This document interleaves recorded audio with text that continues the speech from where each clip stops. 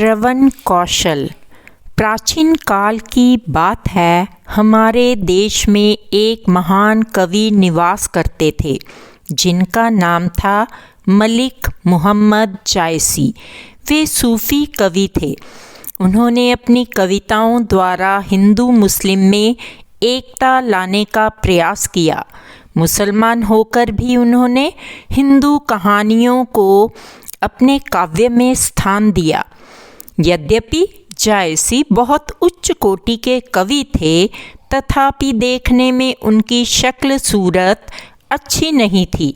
एक बार वे दिल्ली के सुल्तान के बुलावे पर उनसे मिलने उनके दरबार में गए। सुल्तान उनकी भद्दी शक्ल सूरत को देखकर हंस पड़ा।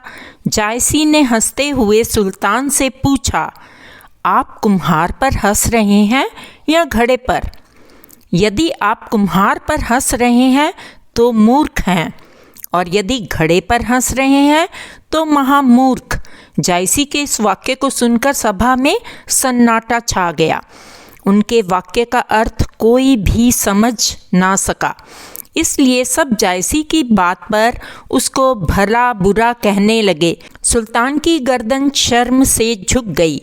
वे सिंहासन से उठकर जायसी के पास पहुँचे और उन्होंने सम्मान के साथ अपने पास ले आए तथा उन्हें बेशकीमती तोहफे भी दिए। लगता है तुम उसकी बात का आशय ही नहीं समझे, नहीं तो ऐसी बात नहीं कहते। सुल्तान ने दरबारियों से कहा, तो जहाँपना, मेहरबानी करके हमें भी बताइए कि उसने ऐसा क्या कहा था।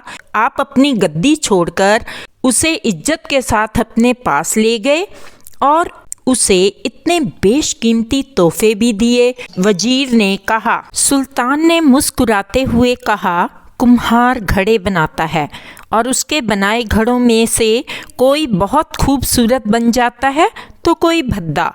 इसी प्रकार खुदा भी इंसानों को बनाता है, उसके बनाए इंसानों में कोई खूबसूरत होता है तो कोई नहीं।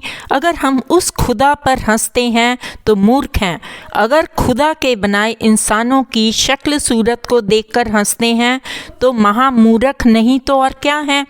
सुल्तान की इन बातों को सुनकर वज़ीर शर्मिंदा हुआ। सुल्तान ने आगे कहा, सच्ची खूबसूरती इंसान के चाल चलन में होती है, उसके भीतर होती है। शिक्षा, हमें किसी की खूबसूरती देखनी हो तो उसकी बाहरी शक्ल सूरत पर नहीं जाना चाहिए, हमें उसके गुणों पर ध्यान देना चाहिए। खूबसूरत वही है जो खूबसूरत काम करे। अब छात्र दिए गए प्रश्नों के उत्तर दें।